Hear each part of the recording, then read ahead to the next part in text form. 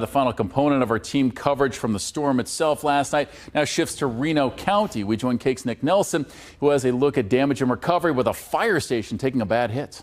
People living in Reno County spent most of Monday cleaning up the streets and their yards after the damaging storm that rolled through Sunday night. I've lived in Kansas a long time. Nothing like this has happened around here for decades, to my knowledge. Of this severity, it's pretty strange. While not a lot of structural damage was reported in South Hutchinson Sunday night, there were a lot of down power lines. As you can see, uprooted trees in people's yards throughout the community.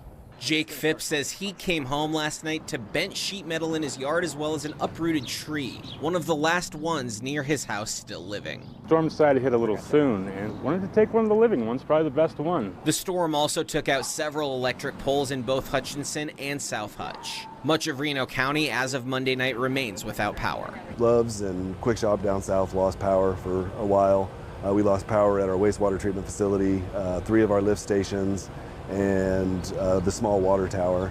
And so we had to have crews coming in to make sure all the generators were running and everything is fueled up. Also in Reno County, the town of Haven saw substantial damage. The winds even blowing off the roof of the Reno County Fire Station. Haven's Mayor Adam Wright says he's happy to see everyone helping out in the cleanup efforts. We've came together as a community.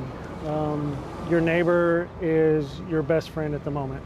And just to have that community organization of people joining together to help out is a lot.